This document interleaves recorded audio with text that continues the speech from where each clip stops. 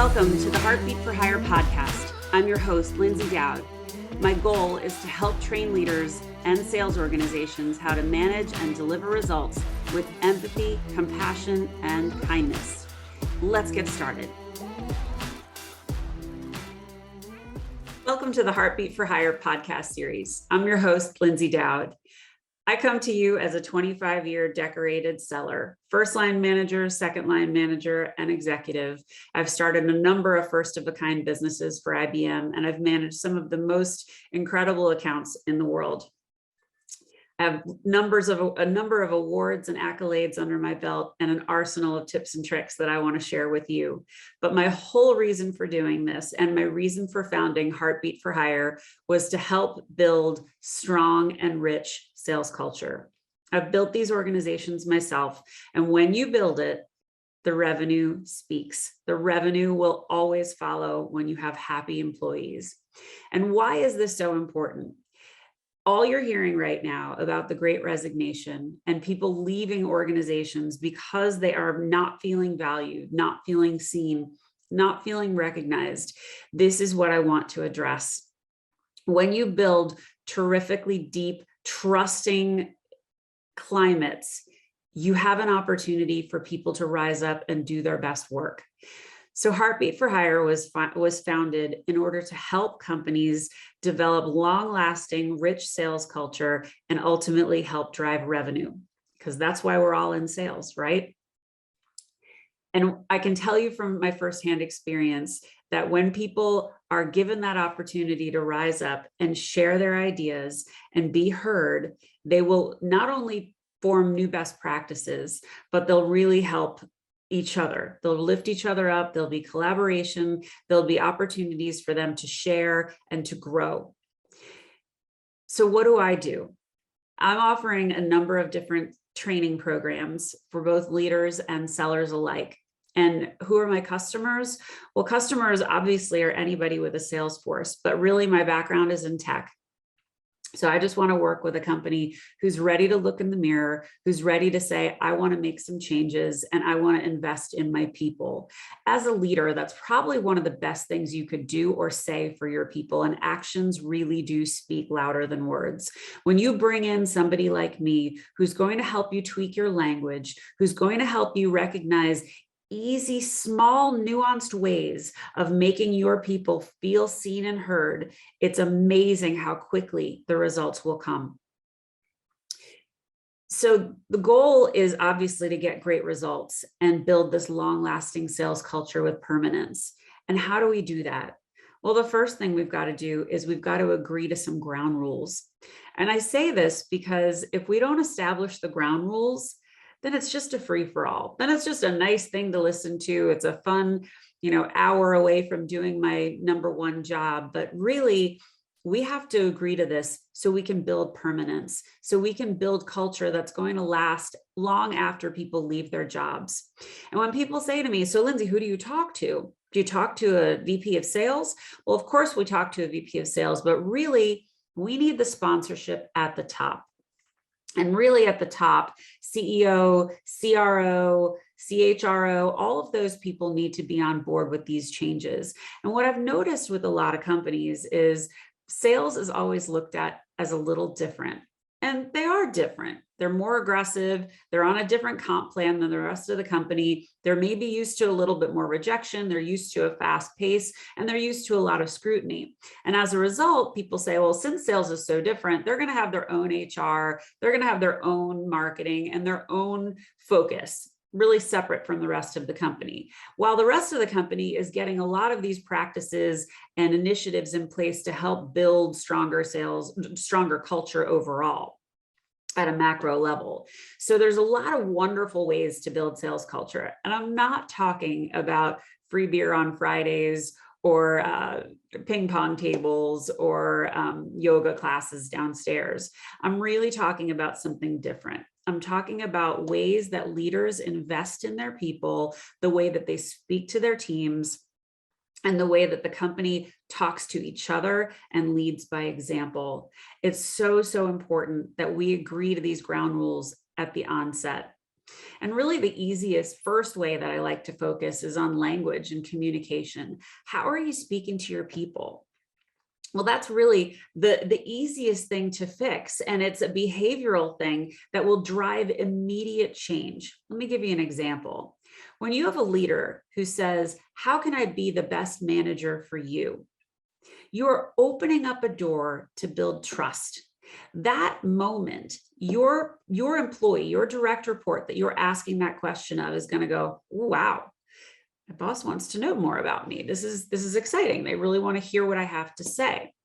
So they're going to have their guard down, ideally. And if not, we've got more work to do. But ideally, they're going to start to tell you things. And I will promise you the answers are going to vary wildly across your team. And that's because people have different levels of experience. Maybe they're a different age, but all of those answers are going to help you understand what you need to do as a leader to help support them. It also opens the door to understand what they're best at by asking them questions like, what do you love to do the most? What was the favorite job you ever had here or anywhere, and why? When you start to understand the why, you start to understand your innate superpowers on your team. And as a leader, stacking your team is the greatest thing you could do. You will be able to pivot faster. You'll be able to capitalize on those experiences and capitalize on their expertise. So if you know that somebody on your team really loves speaking in front of clients or speaking in front of people, give them the floor, give them the spotlight, let them stand up and talk on an all hands call. If you know somebody that really enjoys looking at reports or analytics, let them have that opportunity. Sometimes giving more responsibility is going to make people rise up and do more. When you say to your people things like, I think you did a really great job on that last call, and let me tell you why. They're excited. You listen to them. They've been heard. And you have an opportunity at that point. If there's something that you really want to coach them on, you can continue to say, there's one thing I do want us to work on, and let's think about how we can do it better next time. They're going to appreciate that level of critical thinking from you. They're going to appreciate the fact that you listened to what they said. And being listened to is probably the easiest thing we could do as leaders. And if we're not doing that, we're really not doing our job. I worked for someone who basically told me that she didn't agree with how I was presenting myself on these very important calls that we had every week. In fact, worse than that, she told me I was doing a bad job. Well, I got to tell you, when you hear words like that, it sets you up for failure. I pretty much was sure I was going to do a bad job on every call here on out. And I expected her to think poorly of me. And I thought I was going to do poorly myself. And it was just a matter of time before I tripped up and fell down. If you could reframe that, and you can do it from a positive perspective and say, you know what, you're getting better at these calls. There's a couple things I want to work on with you because I really want you to shine. It's a very different tone than what I heard. Those things matter. They're really small, but telling your team that you believe in them and that they got there of their own merit is really important. When you believe in your people, you are far less likely to micromanage, and you are far less likely to make them feel scrutinized. You want to honor the talent on your team. And are there going to be opportunities for coaching? There probably will be. And is everyone on your team going to be fantastic the first day? Of course not. But it's an opportunity for you to lead. So when you think of how to talk to your employees, you're going to have cadence calls every week or every other week on your team. And if you ran a business like I did, the first 2 months of the quarter is that opportunity where you can alternate weeks. So if you're going to talk numbers one week, the second week, you should be talking to them, about their career, about the things that they're doing well, about what they want out of their career, what they want from you. It's an opportunity for you to advocate for them. It's a tremendously important thing for you to know. And that way, when you're asked, hey, what's going on in the field? What's going on with my team? Not only are you going to know, you're going to have a really deep, thorough understanding of everyone on your team. And that's really, really important. So everything I just described is a concept called inverted management. And instead of only managing up, you're managing your people so you can represent them. And it's going to make you look even better than if you were just managing up on your own. You're creating a place for collaboration and deep, deep trust. It's so, so crucial that you do this, because your people will not only feel excited to work with you, they will perform because they feel seen. I can't tell you the amount of times I've asked people, or people have volunteered on my team because they felt seen, said, Lyndsay, hey, I'm going to go coach these two people. They seem like they're struggling. Is that okay with you? Yeah, I'd love it. Go for it. Well, that woman that volunteered to do that turned out to be one of my greatest managers. And you know what? The story with her, she was a seller. She was a very strong seller. She had performed quarter after quarter, year after year, and was extremely well respected. And I watched her coaching these reps. And I asked her, I said, Emma, has anyone ever asked you if you want to be a manager? She said, Lyndsay, I would love to be a manager, but nobody has ever asked me. I happen to have an open slot on my team, and I gave her that job. I watched her rise up. I watched her coach the people on her team. But more than anything, she turned to me and said, how do you think I'm doing? And she knew it was a safe place for her to ask that question, and me to give her a really simple answer, or give her some role playing, or say, maybe we could try it this way next time. But we had that two-way street of trust, which is so crucial to everyone's success.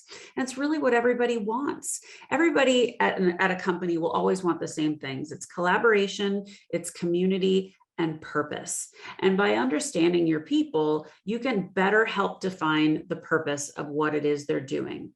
As a leader, providing purpose in the form of numbers, in the form of what their deal did to the bottom line, and really more importantly is what the work of the whole company is doing for the greater population that you're selling to. That is meaningful, and people crave that. And especially now, after the Great Resignation, you're watching people leave jobs for jobs that aren't giving them so much more money. They're leaving because they're tired of being treated poorly. They're tired of not feeling seen. And that some of them are leaving and they don't even have a job to go to. They just know they can find something that is a safer space, that is better culture than where they are now. Now, when people think of culture, very often they think of diversity and inclusion, and that is absolutely a huge part of culture. And there's lots of business resource groups that a lot of companies have, and those are tremendously important. And I highly recommend joining those groups to meet people and to really understand the fabric of the company. But culture is done in the ways that I've been describing, with communication and language, with inverted management, and also with recognition. And when you think of recognition in sales, recognition typically is the trips, the prizes, the cash awards, the trophies. In the old days, it was cars and Rolexes and money falling from the sky. We're a little distant from that now, although I did love those days. But recognition is also done in much smaller ways. And very often, the knee-jerk reaction with recognition is to only recognize, or recognize first, the sellers who have done the biggest deals.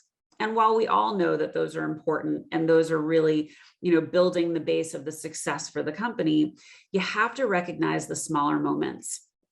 And those smaller moments can be recognized in a number of ways. If you're having team calls, there's an opportunity for you to shine the spotlight on someone on your team for doing something good. Maybe it was a smaller sale. Maybe it was a way they collaborated with a peer. Maybe it was a way that they worked with another team. Maybe it was a way they coached somebody else. But those are opportunities for you to really highlight and set the tone for positivity, inclusion, and letting people do their best work. It also gives you an opportunity for people to build best practices. I loved saying, I'm not the smartest person in the room, guys. You guys are in the trenches. You're hearing what's going on from our clients. Is there a better way to do this? And if so, what is it? What you'll find is you'll get people that will listen to you and that will say, I have some ideas I want to share.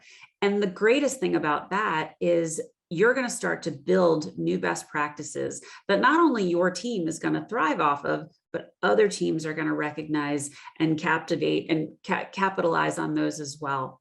Those best practices can be the foundation of you as a leader and the foundation of your sellers understanding the possible. Best practices were some of my favorite things to do. We built storytelling programs. There was a number of ways that we were selling to our clients that was different than other ways that we had done before. And the kiss of death is when you hear the words, "Oh, we've always done it this way." Well, why do we have to keep doing it this way? Aren't there better ways? Isn't there a better way of doing anything? I have to believe that. And I really do think that when you hire a diverse set of minds and a diverse set of people, it makes you better. Recognizing those moments and recognize that different thinking from yourself will help everyone rise up and collaborate more. It's so critical that you do that as a leader. And this is something I love to teach. It's something that when I did it, my teams ate it up. They absolutely thrived on it, and they helped each other because they all felt it was such a great place to be. And I had people knocking on my door saying, "I want to be a part of that environment. When do you have an opening on your team, and can you bring me on?" So this is something I live and breathe. It's something that I feel very strongly and passionate about. And I feel like it's something that a lot of companies need help with. I hope that I can help you. I'd love to implement a training program for you and help you realize your best results through my program and through working with Heartbeat for Hire.